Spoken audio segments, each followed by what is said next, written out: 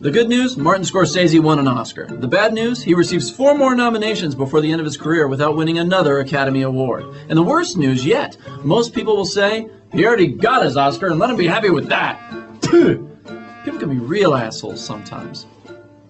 More good news, David Fincher is through toiling around in the editing room, and Zodiac is here for all of you non-foreseers to see. It has been reported that Fincher has been cutting a bit of his own personal style out of this film in favor of a more straightforward appearance. Now that's a buck-toothed lie. Fincher and I first clashed at the release of Seven and then again before the game premiered. My powers were still developing and I was still learning how to control them, and I might have let loose with a couple of spoilers, I'll admit that. But I'm only going to say sorry so many times, Dave.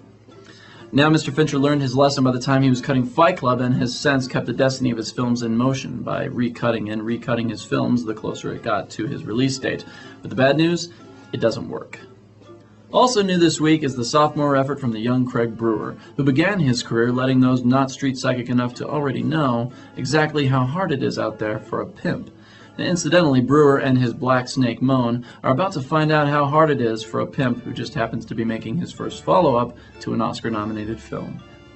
For some of you, this isn't enough. For some of you, I foresee 2 weeks with Sally Field.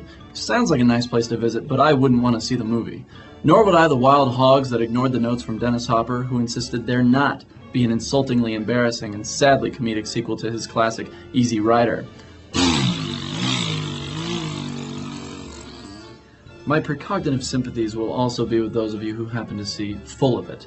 What it's full of, I'm afraid, is what anything is full of when it is referred to as being full of anything. Shit.